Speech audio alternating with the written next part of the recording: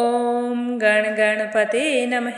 आज अपने सुनेंगे वाल्मीकि रामायण अयोध्या कांड का आगे का सरक। भगवान श्री राम का आशीर्वाद पाने के लिए इस सरक को पूरे प्रेम भाव से एकाग्रचित्त होकर सुने। बोलो गणेश भगवान की जय हो। बोलो सियावर रामचंद्र भगवान की जय हो।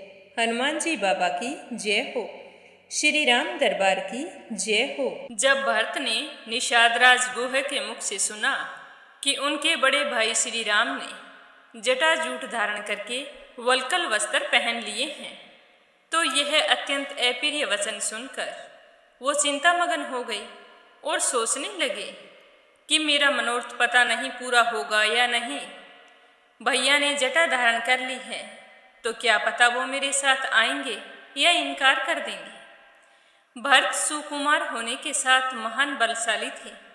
उनके कंधे सिंह के समान थे, भुजाएं बड़ी बड़ी और नेत्र विकसित कमल के समान सुंदर थे। उनकी अवस्था तरुण थी। वे देखने में बड़े ही मनोहर थे। उन्होंने गुहा की बात सुनकर 2 घड़ी तक किसी प्रकार धैर्य धारण किया। फिर उनके मन में बड़ा दुख उत्पन्न हुआ और वे अंकुश से हुए हाथी के समान अत्यंत व्यथित होकर मूर्छित हो गए। भरत को मूर्छित हुआ देखकर गुहा के चेहरे का रंग उड़ गया। वह भूकंप के समय मथित हुए वृक्ष की भांति वहां व्यथित हो उठा। तो शत्रुघ्न उस समय भरत के पास ही बैठे थे और अपने भाई की ऐसी हालत देखकर उसे हृदय से लगाकर जोर जोर से रोने लगे। अत्यधिक दुख और शोक के कारण अपनी सुध बुध खो बैठे। तभी भरत की सारी माताएं वहां आ पहुंची। वे पति के वियोग से दुखी, उपवास कर लेने के कारण दुर्बल और दीन हो रही थी। भूमि पर पड़े हुए भरत को उन्होंने चारों ओर से घेर लिया और सब की सब रोने लगी। कौशल्या का हृदय तो दुख से और भी अधिक कातर हो उठा। वो जल्दी से भरत के पास बैठकर उसे अपनी गोद से चिपका लिया। जैसे गऊ अपने बछड़े को गले से लगाकर चाटती है, उसी तरह शोक से व्याकुल हुई तपस्विनी कौशल्या भरत को गोद में लेकर रोने लगी और रोते रोते पूछने लगी कि बेटा, तुम्हारे शरीर को कोई रोग, कोई कष्ट तो नहीं पहुंच रहा। अब यह सारा राजवंश तुम्हारे ही अधीन है। बेटा भरत, मैं तो तुम्ही को देखकर जी रही हूँ। श्री राम और लक्ष्मण वन में चले गए हैं और महाराज दशरथ स्वर्गवासी हो गए हैं। अब एकमात्र तुम ही हम लोगों के रक्षक हो। अतः हे पुत्र, मुझसे तुम कुछ भी मत छुपाना। सच सच बताओ कि तुमने लक्ष्मण के संबंध में या फिर श्री राम के बारे में कोई अप्रिय बात तो नहीं सुन ली। इस तरह अचानक से मूर्छित होने का क्या कारण है? तो भरत चुपचाप लेटे रहे।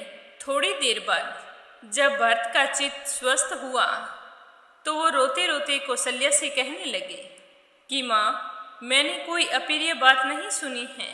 वो अच्छे से हैं। तुम उनके बारे में कोई भी चिंता मत करो। कौशल्या से इस तरह कहकर भरत निषादराज गुह से फिर पूछने लगे कि हे गुह, उस दिन रात में मेरे भाई श्री राम कहाँ पर ठहरे थे? सीता कहाँ थी? और लक्ष्मण कहाँ रुके थे? उन्होंने क्या भोजन किया था? कैसे बिछोने पर सोए थे?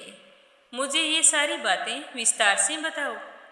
तो ये सवाल सुनकर निषादराज गुह बहुत ही प्रसन्न हुआ और अपने प्रिय और हितकारी अतिथि श्री राम के बारे में उनके प्रति जैसा बर्ताव किया था वह सब कुछ भरत को बताते हुए कहा कि भरत, मैंने भांति भांति के अन्न, अनेक प्रकार के खाद्य पदार्थ और कई तरह के फल श्री राम के पास भेजने के लिए प्रचुर मात्रा में मंगवाए थे। लेकिन श्री राम ने मेरी दी हुई सारी वस्तुएं स्वीकार की, किंतु क्षत्रिय धर्म का स्मरण करते हुए उनको ग्रहण नहीं किया और मुझे आदरपूर्वक लौटा दिया और मुझसे कहने लगे कि सखे, हम जैसे क्षत्रियों को किसी से कुछ नहीं लेना चाहिए, अपितु सदा देना ही चाहिए। सीता सहित श्री राम ने उस रात में उपवास किया। लक्ष्मण जो जल लेकर आए थे, केवल उसी जल को श्री राम ने पिया था। उसके पीने के बाद बचा हुआ जल लक्ष्मण ने ग्रहण किया। जलपान के पहले उन तीनों ने मौन और एकाग्रचित होकर संध्या उपासना की थी। उसके बाद लक्ष्मण ने स्वयं कुश लाकर रामचंद्र जी के लिए बहुत ही जल्द सुंदर बिछौना तैयार किया था और उसी बिछौने पर श्री राम सीता जी के साथ विराजमान हुए थे।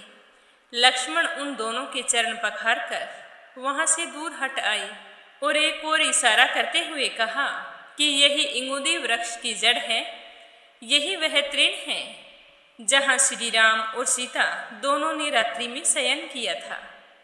लक्ष्मण अपनी पीठ पर बाणों से भरे 2 तरकस बांधे, दोनों हाथों की अंगुलियों में दस्ताने पहने और महान धनुष चढ़ाए श्री राम के चारों ओर घूमकर केवल पहरा देते हुए रात भर जाग रहे थे। उसके बाद मैं भी वहां उत्तम बाण और धनुष लेकर वहीं पर आ खड़ा हुआ जहां लक्ष्मण थे। उस समय अपने बंधु बांधवों के साथ जो निद्रा और आलस्य का त्याग करके धनुष बाण लिए सदा सावधान रहे, मैं देवराज इंद्र के समान तेजस्वी श्री राम की रक्षा करता रहा।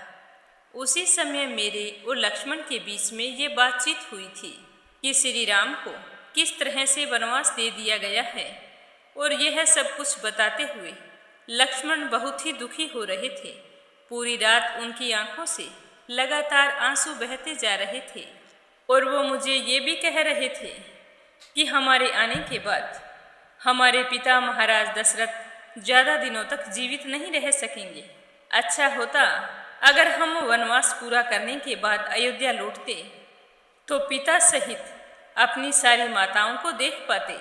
यह बताते हुए लक्ष्मण ने यह भी कहा था कि अगर मेरे पिता श्री महाराज दशरथ को कुछ हो गया तो माता कौशल्या अधिक दिनों तक जीवित नहीं रह पाएंगी, क्योंकि भैया श्री राम के आने के बाद उनका एकमात्र सहारा मेरे पिताजी हैं और मेरी माता सुमित्रा शायद जीवित रह जाए, यही सोचकर कि उनका दूसरा बेटा जो अपने नाना के यहाँ गया है वो लौट कर आएगा तो उससे मिलने की आस में मेरी माता जीवित रह सकती है।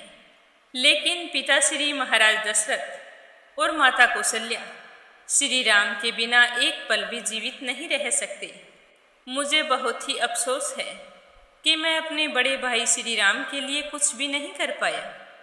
मेरे पिताश्री ने यह बिल्कुल अच्छा नहीं किया कि पहले श्री राम को राज्याभिषेक के लिए बोला और जब राज्याभिषेक का समय आया तो उस समय वनवास दे दिया।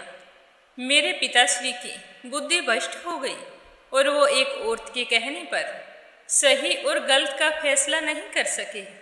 उस दुष्ट केकई को मैं कभी माफ नहीं करूँगा। इस तरह लक्ष्मण ने कई बातें मुझे बताई थी, पर बताते समय वो लगातार रो रहे थे। उनकी आंखों में आंसू देखकर मेरा गला भी दुख के मारे रूंधा जा रहा था। इतना कहकर निषाद राज चुप हो गए और उनकी आंखों से लगातार आंसू बहने लगे।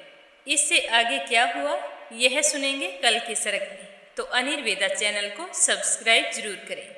भगवान श्री राम के आशीर्वाद से आपके सारे मनोरथ पूर्ण हों। बोलो सियावर रामचंद्र भगवान की जय हो।